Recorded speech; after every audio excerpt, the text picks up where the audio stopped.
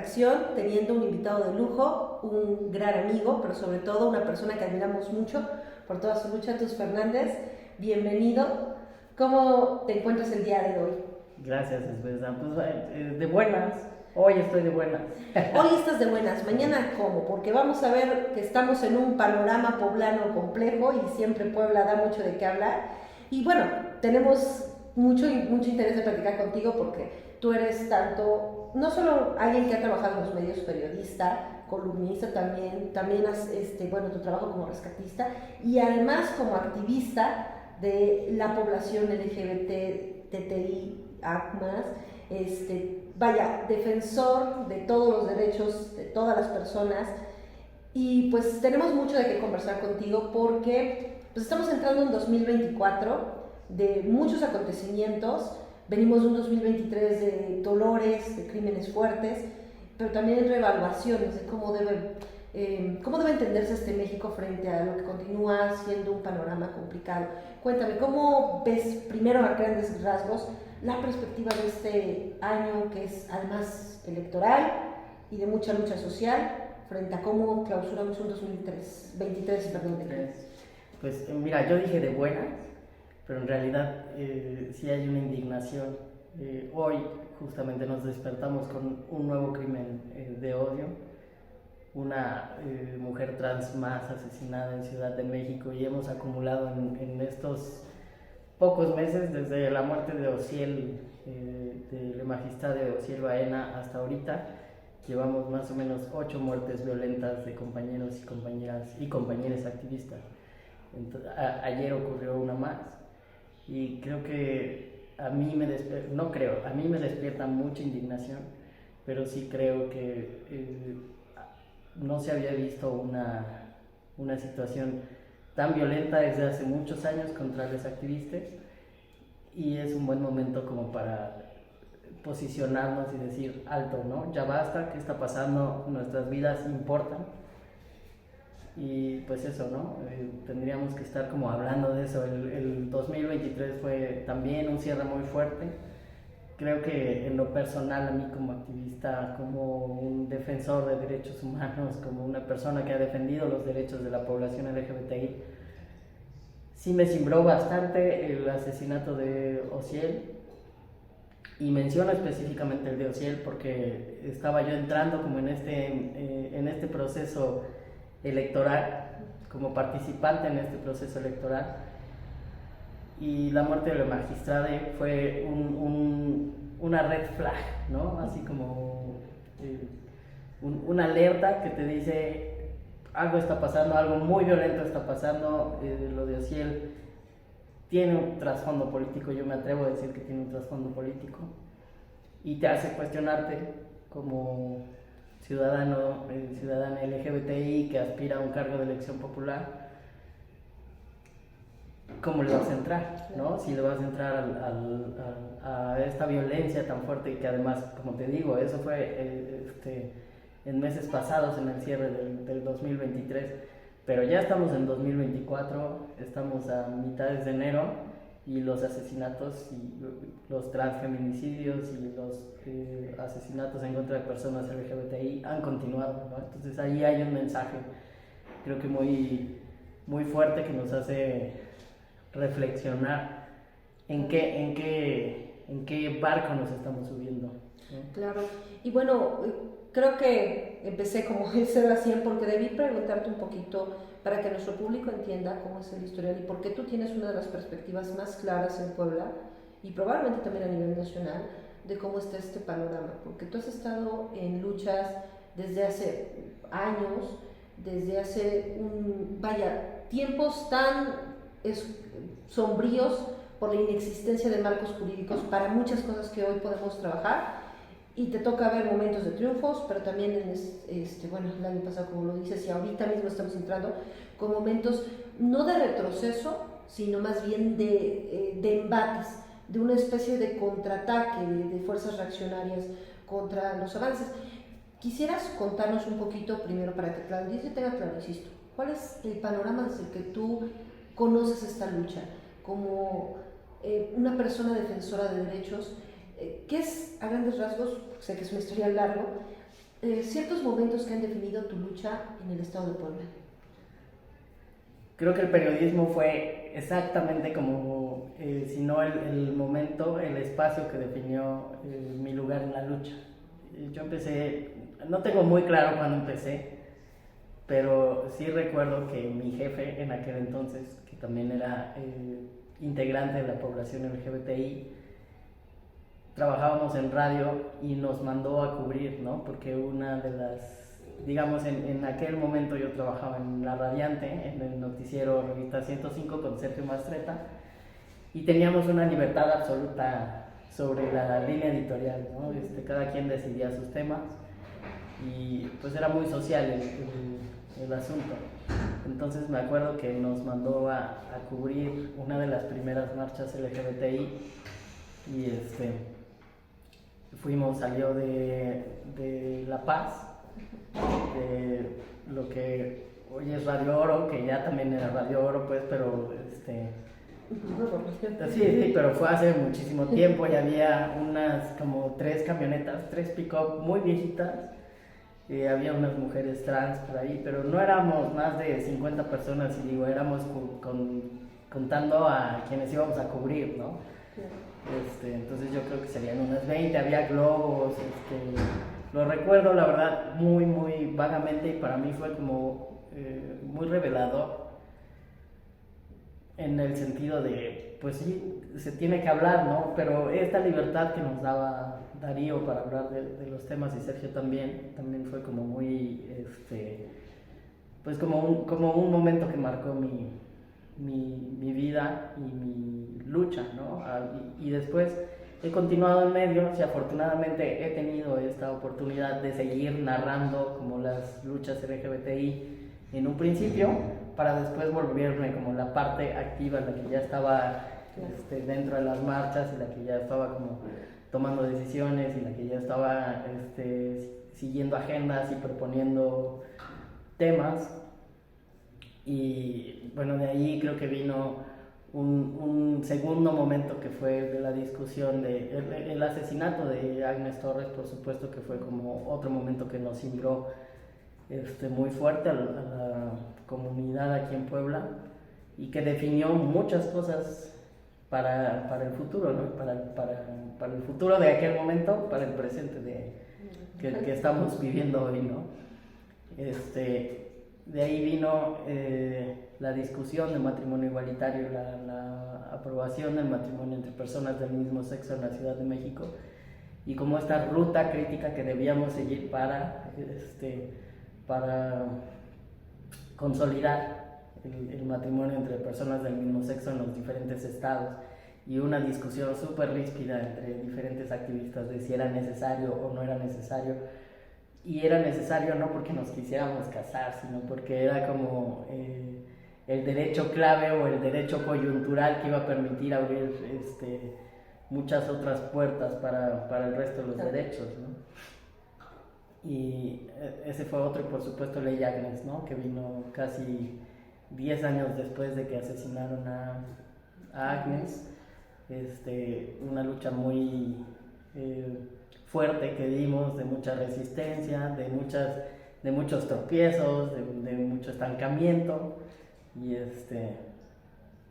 y que finalmente salió en 2021, y de la cual formé parte, y fue agotador en muchos sentidos, porque nos reuníamos todas las noches a analizar muchos escenarios, porque revisábamos la ley y le dábamos vueltas, y sí y no, y después vino el cabildeo de si iban las infancias o no iban las infancias, por supuesto las discusiones internas, ¿no? entre nosotros, ¿no? También como el tema de las infancias, ¿no? Había una gran posibilidad de que si entraban las infancias la ley se rechazara, bueno, la reforma se rechazara, y si no entraban, pues era casi seguro que ocurriera lo que ocurrió, que se aprobara, ¿no? Entonces era como, ¿a qué le apostábamos? ¿Al pastel completo o a la justicia para las personas que ya tenían, con las que ya se tenía una deuda histórica, que eran las mujeres trans mayores, ¿no? Entonces todo este jaloneo sí fue muy desgastante. Yo recuerdo que terminando Leyanes, pero así terminando, yo tomé vacaciones que no había tomado en muchos años, pero ya estaba así fundido, completamente fundido. Y me fui unos días de vacaciones a descansar. Y creo que esos han sido como hasta ahora, como los momentos más emblemáticos. Y en este momento, bueno, pues decido participar por una candidatura y pasarme ya como a la parte política más activa. Y creo que sería otro punto que va a definir en algún momento pues mi vida Claro. en las luchas LGBTI. Claro, esta trayectoria por hacer realidades concretas los derechos, porque, y bueno, quiero explicar a nuestra audiencia que platicamos todo esto porque ante este proceso electoral estamos viendo que hay más de 2.000 candidatos, precandidatos o aspirantes a candidatos más bien, porque no son candidatos, son aspirantes a precandidatos, y tenemos que tener mucho cuidado con el léxico porque son muchos recovecos para llegar al pre y no romper legalidad. Y entre todas estas personas, que es un caudal, la gente tiene que entender quiénes tienen una trayectoria de verdadera posibilidad de llevar temas de interés de la sociedad a los ámbitos de decisión política. Y bueno, aquí pues de verdad nos emociona poder platicar contigo porque hemos visto que muchas personas se cuelgan a ciertos nichos que hay, sobre todo los de las acciones afirmativas, para tratar de, primero que las acciones afirmativas, pobrecitas, mucha gente en México no sabe ni qué son. Ni que existen. Sí, y bueno, ahorita les vamos a platicar, pero creo que mejor en tus palabras, pero no saben ni qué son. Hay personas que son perfiles ideales para poder entrar a esas acciones afirmativas, y son usurpadas muchas veces por quienes nada más ven una posibilidad de saltarse todos los procesos legales y sin tener ningún discurso que aporte realmente algo. Y bueno, sabemos que tú estás en una lucha ahorita jurídica, y bueno, ya lleva tiempo que empezó precisamente por las acciones afirmativas. No sé si quisieras contarle primero a nuestra audiencia, grandes rasgos, un poquito didáctico, qué son las acciones afirmativas y en qué va la lucha que estás dando. Sí, bueno, las acciones afirmativas son como estas medidas que se toman para equilibrar la balanza, ¿no? Cuando hay grupos en desventaja o personas en desventaja, pues tienes que facilitarles un poquito el acceso a algún derecho. Entonces, en este caso, las acciones afirmativas sobre derechos político-electorales las implementó el INE para el pasado proceso electoral, para distintos grupos en situación de vulnerabilidad, que era discapacidad, migrantes, personas con discapacidad, personas migrantes, personas de pueblos originarios o personas indígenas y personas LGBTI. Esos son los grupos de población que, digamos, tenemos una representación poblacional importante y que no estábamos dentro de los cargos de toma de decisiones. Entonces, para lograr una democracia más efectiva, el INE establece cuotas, ¿no? De acuerdo a diferentes criterios dependiendo del grupo vulnerable. Y lo que pasa en el Estado es que nosotros solicitamos a través de un oficio al Instituto Estatal Electoral que se implementen también las acciones afirmativas en el pasado proceso electoral, pero nos responde el IE que ya es muy tarde, o sea que ya no da tiempo de implementarlas, pero que de todos modos todos los ciudadanos y ciudadanas tenemos nuestros derechos político-electorales garantizados, que son votar y ser votados. Pues bueno, ahí hay que interpretarlo como, pero después resulta que sí, o sea que sí las sacan, o sea que ven como cierta presión pero la sacan con prisa. Y entonces lo que hacen es que acciones afirmativas todas en la misma bolsa, ¿no? Así de partidos, ustedes postulen una acción afirmativa, la que quieran. Entonces podría ser LGBTI, o podía ser pueblos originarios, o podía ser persona con discapacidad, etcétera. O sea, la que el partido eligiera, con esa se daba por cumplido o sea, no tienen que meter a todos, nada más tienen que... No, nada más tenía que meter una, porque pues ya no les dio tiempo y entonces no establecieron como bien los lineamientos. Entonces era una la que quisiera. Y lo que pasó fue que hubo personas, obviamente, que... y otra cosa que pasó fue que como no estaban bien establecidos los criterios, no tenía que ser público. Como las personas LGBTI se considera en algunos casos población en riesgo, claro. Digamos como tu vida está en peligro, puedes proteger el dato. Entonces lo que pasó fue que la mayoría protegió sus datos, se registró por acción afirmativa LGBTI y nunca supimos quiénes se registraron porque seguramente usurparon la cuota LGBTI, ¿no? Sí sabemos de algunas personas que lo hicieron, nos enteramos después, pero bueno, básicamente usurparon la cuota porque hasta ahora tampoco hay como legisladoras o legisladoras o regidores y regidoras que estén llevando una agenda LGBTI, ¿no? Ni que se hayan pronunciado como LGBTI, sí. Aunque como decías hace un ratito, sí hay quienes de pronto, sobre todo en estos procesos electorales, se cuelgan la bandera del feminismo, la discapacidad, la diversidad sexual, y entonces resulta que todo el mundo es como súper diverso y andas defendiendo las agendas, ¿no?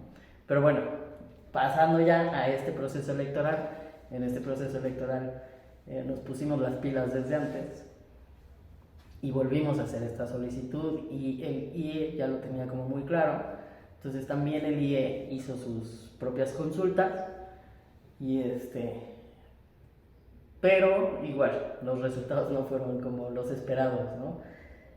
Resultó que estableció una sola cuota para la diputación, puede ser plurinominal o puede ser por mayoría relativa, y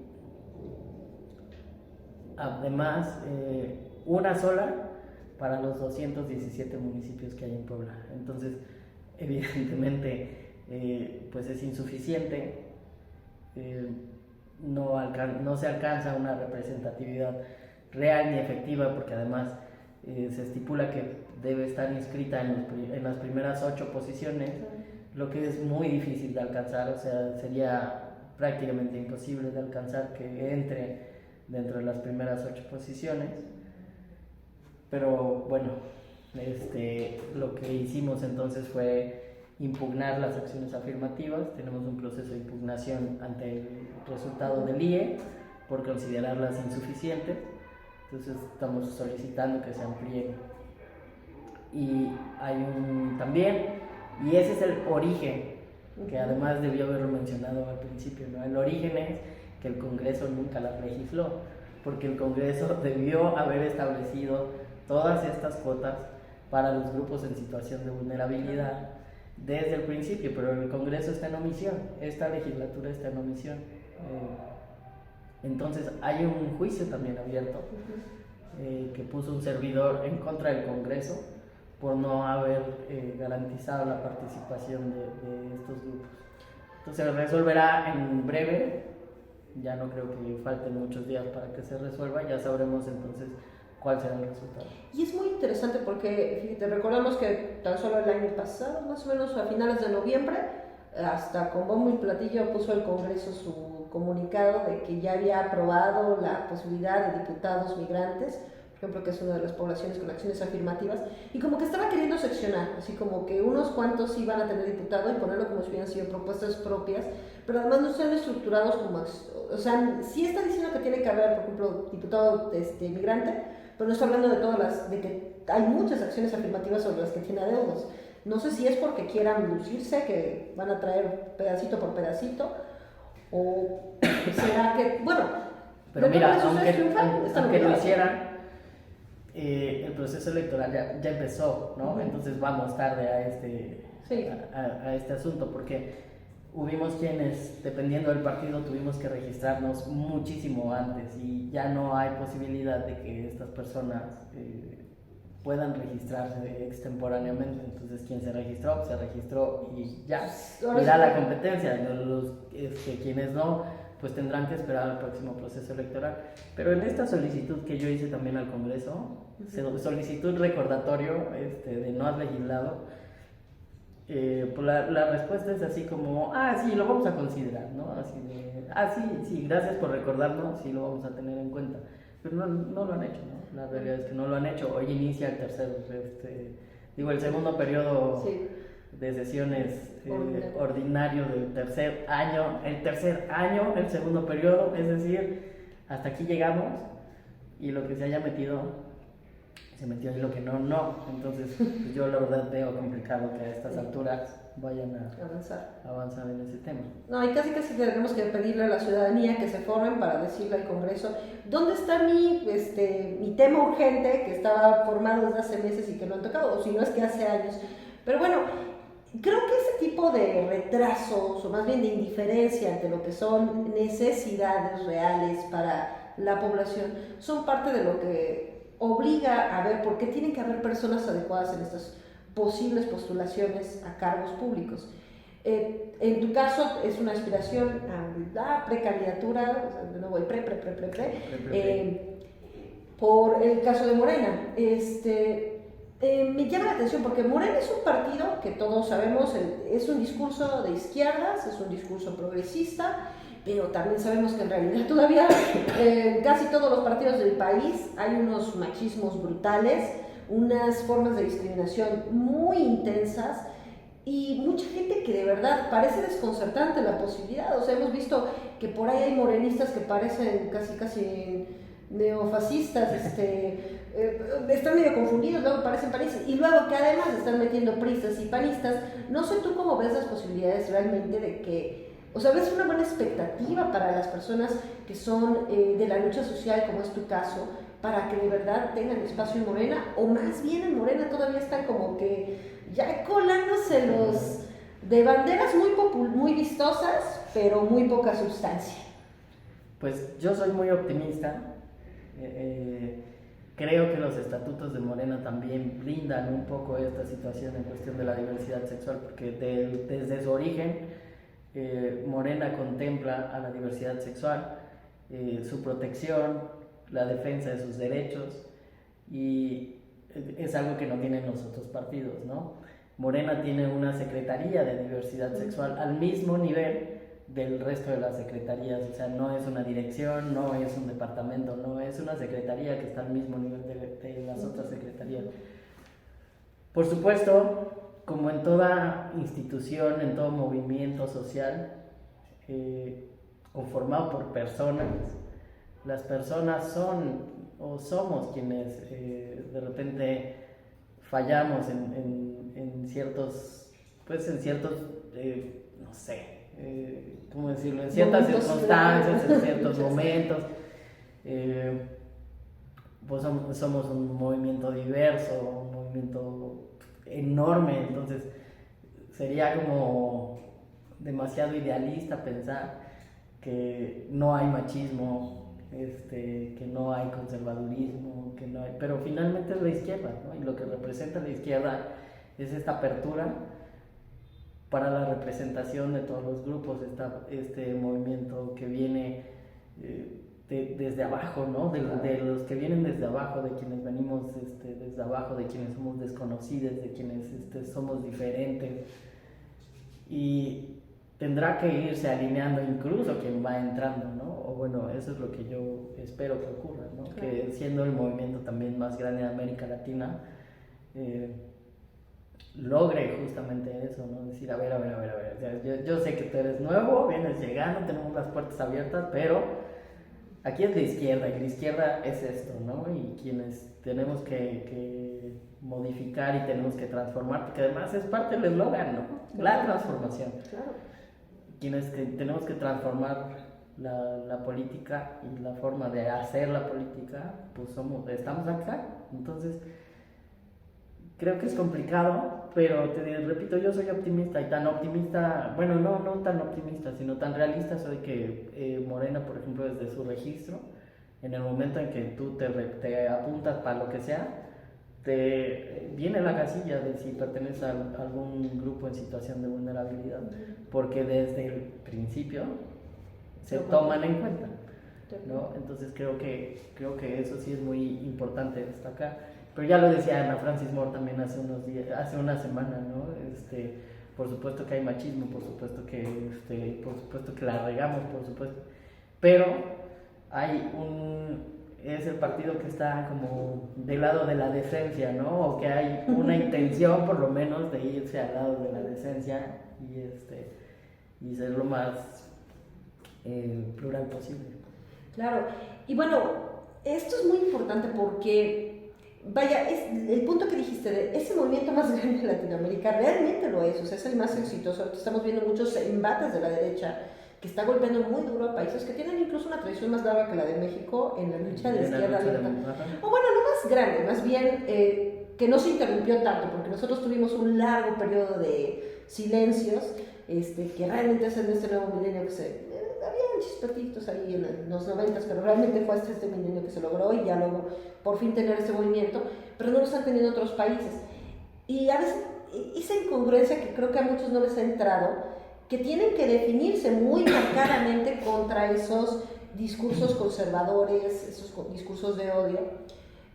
Tú ves, por ejemplo, que la población, que también muchísima población LGBT, a veces se ha sentido tan infrarrepresentada que ya no tiene fe en las partes políticas, o sea, sí hace un activismo, pero más de la cotidianidad, y no quiere trabajar a nivel legislativo, no quiere trabajar a veces a nivel, o sea, sí celebra las manos, es hecho de la población más políticamente involucrada en el país, evidentemente porque han tenido que luchar por cualquier representación, pero hay muchos desencantados de los partidos. ¿Tú ves que hay una posibilidad de que este partido de verdad le hable a las miles de personas, porque son miles, no son minoría, acuérdense, son miles de personas de la diversidad?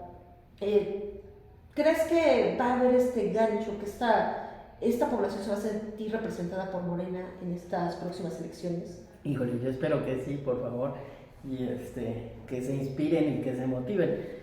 Es difícil porque tú lo decías, hemos atravesado como muchos momentos y hace un momento que hablábamos como de matrimonio igualitario.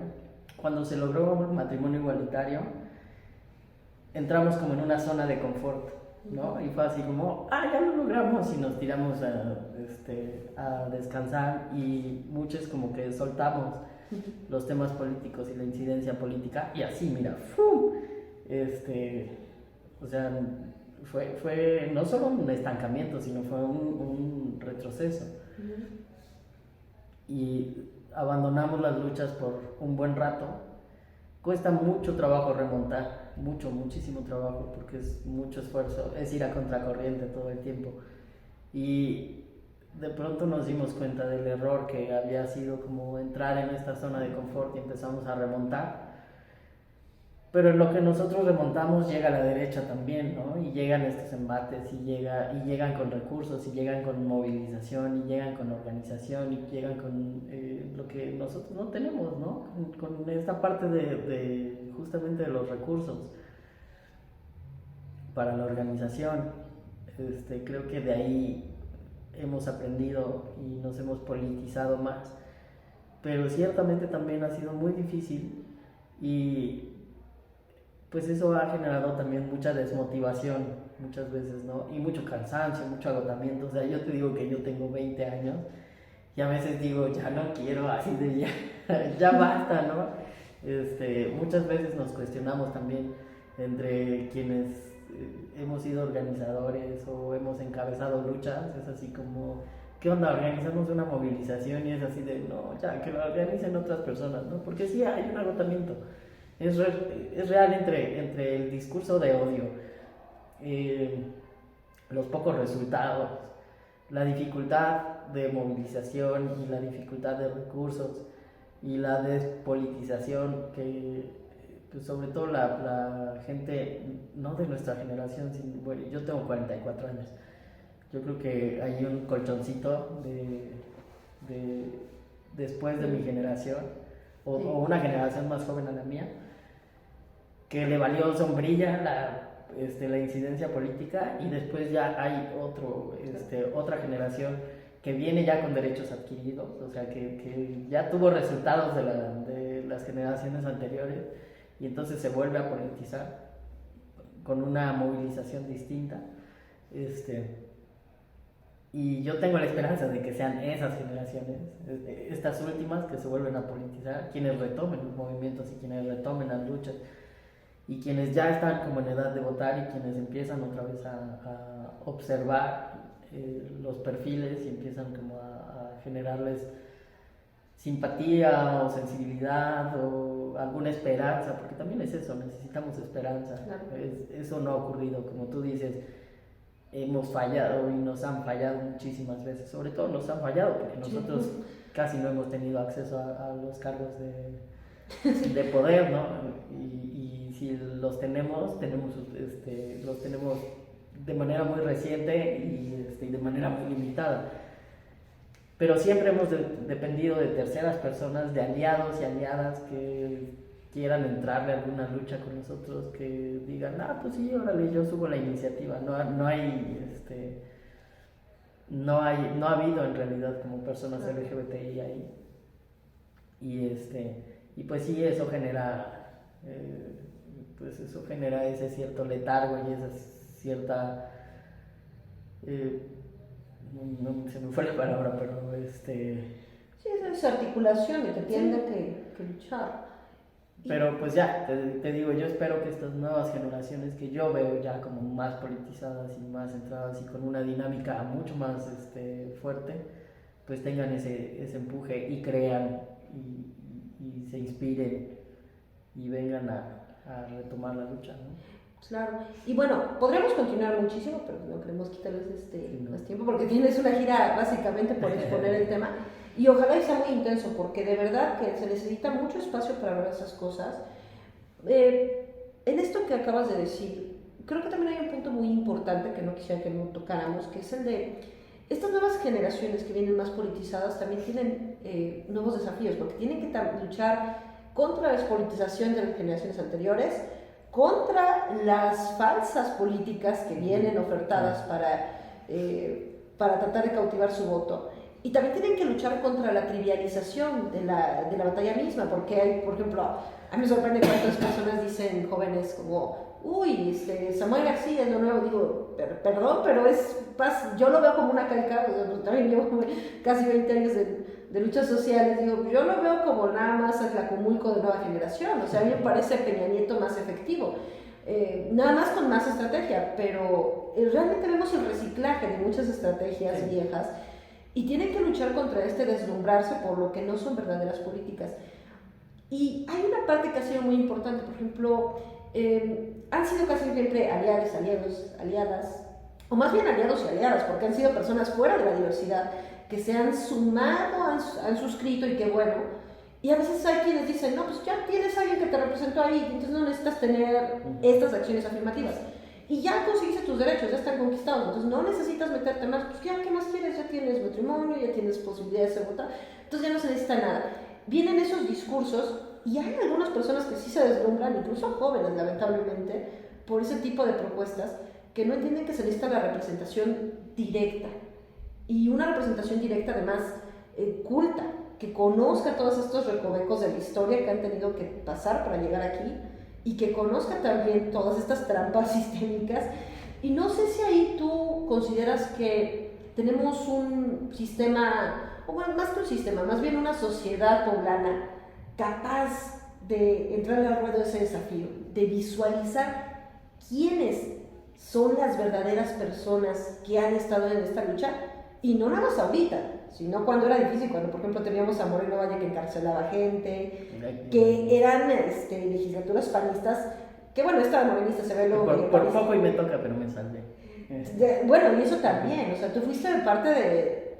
Bueno, lo de Ángel Torres pasó en otro contexto, no podemos decir fue un crimen morenovallista, pero sí pasó en un contexto muy agresivo, precisamente porque habíamos pasado de Marina a Moreno Valle, o sea, nos tocaron los meros gobernadores terribles. Y bueno, ahorita pasó Barbosa, que no tuvo mucho tiempo por pandemia, pero también tuvo sus tintes...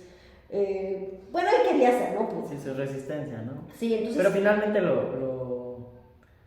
finalmente digamos, lo había acordado, porque sí era parte de un acuerdo que él tenía, se había comprometido, no conmigo, y no voy a decir con quién, pero sí se había comprometido a sacar el tema y por lo menos lo permitió, no lo bloqueó. Sí, medio de malas, pero sí dejó. Porque créanme que hemos tenido cada gobernador no, sí, que... terrible. Sí, lo bloqueó.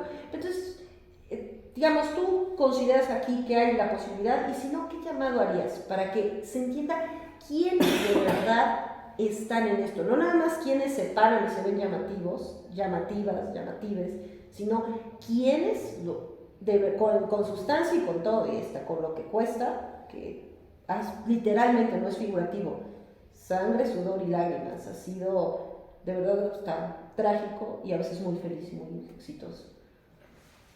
Pues yo diría que se nota, ¿no? A veces es como muy, como muy visible quien solo está paroleando, quien está instrumentalizando la lucha y lo ha hecho durante mucho tiempo, quien se está subiendo obviamente en el barco y quien trae una trayectoria, una lucha, trae el respaldo a veces de las organizaciones, de las personas, de la sociedad civil. Es quien tiene además la capacidad, ¿no? O las capacidades. Este asunto de las capacidades también es difícil, ¿no? Porque las personas en LGBTI muchas veces, sobre todo de generaciones anteriores, no tuvimos muchas posibilidades. Entonces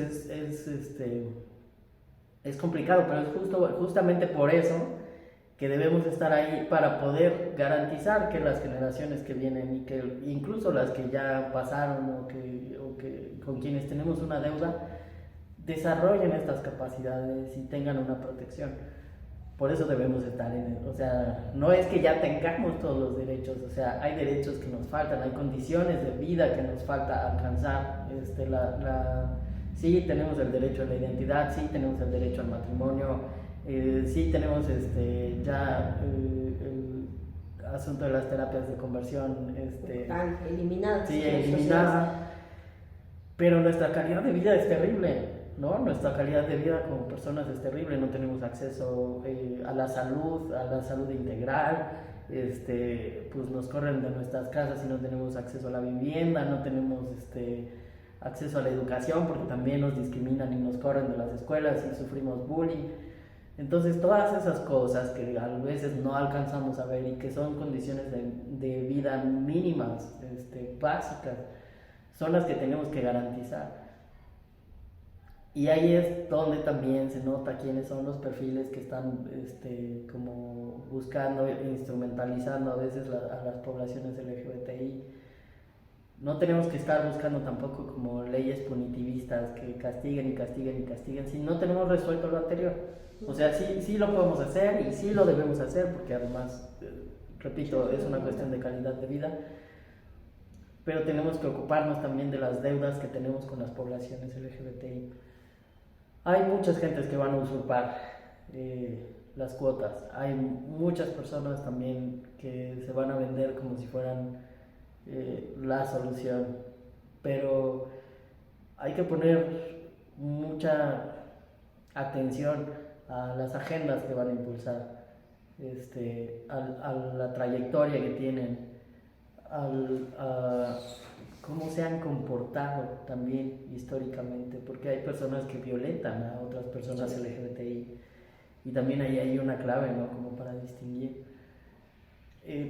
Pues no sé, nos pasa lo mismo que pasa en las cuotas que no son LGBTI, ¿no? Hay personas que no deberían llegar y llegan. Entonces, pues tratemos en la medida de lo posible de evitar que lleguen y no tienen que llegar. Pero si ya llegaron, pues también exijamos, ¿no? Que cumplan, revisemos sus cuentas, estemos atentos a sus propuestas, corrijamos sus propuestas, ¿no? Cuestionemos cuando tenemos que cuestionar. Pues la chamba también es esa. No sé. Tú nos dejas muchos temas que tenemos que pensar muy a fondo, pero nos vamos a quedar con tu mensaje de esto que se nota incluso, porque se palpa. Estamos hablando de quienes expresan realidades. Por favor, pongan atención a eso. Tenemos la expectativa de un proceso interesante. Es un motivo de alegría poder conversar con alguien que sabemos que tiene un trasfondo de lucha genuino y están ahí los testimonios en las realidades de lo que se ha transformado. Ciertamente son muchos los puntos que se adeudan y nunca se van a acabar, también eso lo debe entender la gente. La politización es algo que se suspenda, es perpetua. Siempre se tiene que estar trabajando porque siempre van a haber cosas en las que se tienen que lograr cosas y para eso necesitamos a personas que representen genuinamente las cosas y sabemos que eres alguien con toda la realidad, con todas las palabras y con todos los hechos, demostrando que tienes una trayectoria y una con visión hacia lo que se requiere en muchos aspectos. Así que pues te deseamos lo mejor en este camino. Sabemos que hay muchos pasos previos, pero ojalá lo que logres lograr marque, como se ha hecho con otras batallas, como fue la ley Agnes, matrimonio, eliminar monstruosidades como la conversión, que sean escalones en un camino de justicia. Ojalá esto se concrete. Gracias, Tus. No, gracias a ti, es verdad, Infocorum siempre por ser aliados de las luchas sociales, porque no es la única que acompañan, sino todas las luchas sociales. Nos hemos encontrado en el camino así, marchando, caminando, recorriendo las calles en las diferentes luchas, y pues gracias por el espacio. Yo solo quiero que las demás personas se inspiren, que sepan que detrás de mí ha habido muchas personas vulnerables porque mi trayectoria de vida, mi trayectoria laboral, que no solo me he dedicado a los medios de comunicación, sino a otras cosas, siempre ha acompañado como la lucha social y a las personas más vulnerables, ¿no? Y que justo necesitamos de eso, sensibilizarnos y acompañar a las personas que están luchando por otras personas que están en situaciones más vulnerables y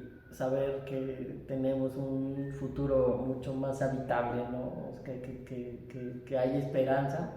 Yo sí tengo la esperanza de un futuro más habitable, de una ciudad y de un estado mucho más habitable para las infancias trans, para las personas migrantes, para las personas pobres que han sido injustamente marginalizadas, para las personas LGBTI, en fin. Muchas gracias. Para las feministas, sí, que soy una aliada. Saludos grandes a las feministas. Gracias. Nos vamos con esa esperanza, no más invisibilización. Gracias. Gracias.